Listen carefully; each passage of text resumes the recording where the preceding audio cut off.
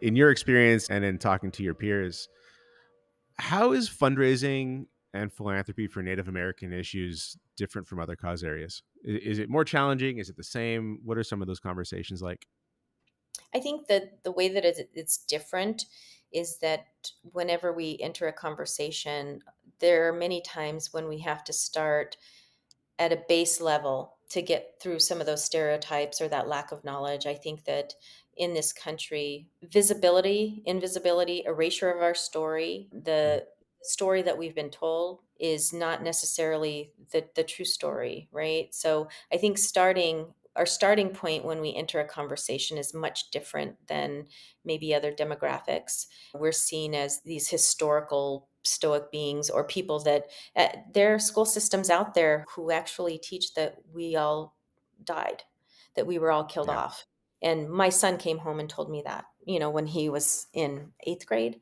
And so we were living in a different state, and he came home and told me that. And so I think there's just a different starting point, and I think that there's just a lot of learning, but it's nice to see the exposure of some of the more visibility for us as Native people, because as we gain visibility, there's a broader understanding. So the knowledge of the boarding schools, people are more knowledgeable about that.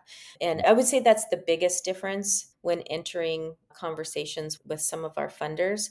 It is nice to know that there are some funders who have been committed to Indian country for years, and just their level of knowledge. It's nice to enter those conversations at a different level.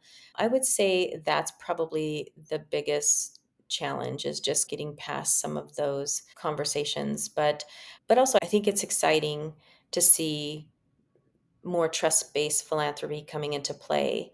And that is something that, Mackenzie Scott led the charge on that, but we're seeing mhm. more funders use that approach.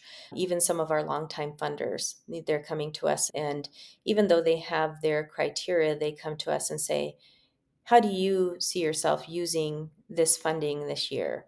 What will work for Yeah. you? And you tell us what's going to work for you, and then we'll build our program around that. So we go to them with what we want. And so that's really a nice shift that we're seeing, and something that we'd like to see continued. Yeah. How does the reporting and accountability work within trust-based philanthropy in your experience? Because from the literature, from the marketing that you see around it, there's really not much of a conversation around impact at all. They say, let's trust the teams, let's invest in teams with good cultures and good leaders, which is important. But that's sort of where the conversation seems to stop with a lot of people, where the measurement and evaluation part Hmm. isn't actively in the conversation. I'm just wondering, with your experience, how that's worked in your relationship with Mackenzie Scott or other trust based funders Right. to have that reporting and accountability piece.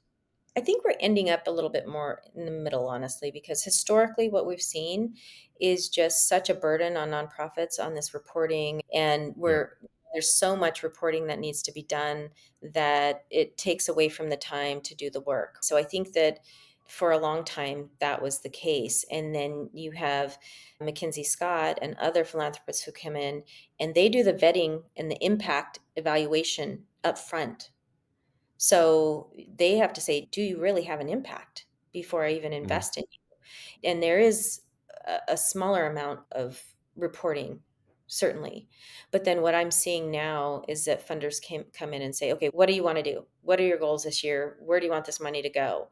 Okay, and then let's develop the metrics of how we're going to measure this. And I think that's where we're ending up, is a little bit closer to that side when we're getting into the trust based. No, there is definitely the foundations and the corporations that need the reporting requirements, and we still do the annual reporting requirements, but I think that it's just a little more flexible on what that means. But I also think that there's something to be said about evaluating impact before you give the money. You want to Mhm. know that your money is going to something great. And then also, as an organization, if you have a strong strategic plan and a strategy, you have benchmarks, you have Mhm. goals that you're trying to achieve, you have a needle that you're trying to push. And that is the bigger picture of the organization. If you're vetting it and saying, oh, what are you trying? What is this big plan of yours. What is the big, hairy, audacious goal, right? What is it that Yeah. you're going to transform in that world? And are you doing it? And I don't think that has to be done by analyzing every data point or every phone call or so I think there's room for trust-based philanthropy at different levels, and that can include a portion of impact and goal setting. But also I think that there's something to be said for hitting that big, hairy, audacious goal. Yeah. So Yeah. let's move the mountain. Did you move it an inch or did you move it a mile? How far did you move it? And I think those things can be seen. And I Yeah. hope that Kinsey Scott is looking at us and is proud of us, and to see the impact and how far we've moved our mountain in the past few years. And I think that shows. How do you handle it when you miss the target? Because these strategic plans, a lot of it's hypothesis, right? You say, here's where we think we're going to head. If you exceed it, it tells you one thing. If you fall short, it tells you something else. How do you handle it when you miss the mark above or below? Oh, I think that's a part of leadership. That's a part of growth. And we miss the mark. And I think that we exceed the mark in some areas. And when you have a 5 year strategic plan and you have the pro formas that go out 5 years, like, meh, you're never going to be precise in that. But what I can say is that you learn what you can, you pivot, and you Mm, decide what components are you going to keep and which ones are you going to pivot and maybe put a longer time frame on. So yeah. I can say very specifically from our strategic plan, I wanted to be way farther ahead in my research agenda than I Mm, am right now. I wanted to be way farther ahead in my data analysis, and I wanted to be way farther ahead than where I am right now. And those are my shortcomings right now. Yeah, I missed the mark. I did not hit the goal.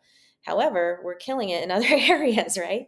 So I think right. that there's lessons there, and that's what leadership is. It's like you make a decision, you're like, "We wanna do all the things. We wanna do all the Mhm, things." And then you're like, "Okay, you can't do all the things and do them well. So we're gonna cut back on this one. We're gonna make this one a priority, and we're gonna kill this one, and we're gonna pivot this one, and we're gonna do this one next. This one will have a longer, horizon, a longer timeline." And I don't ever look at it as a failure. I look at mhm. it as the next challenge, right? You just pivot.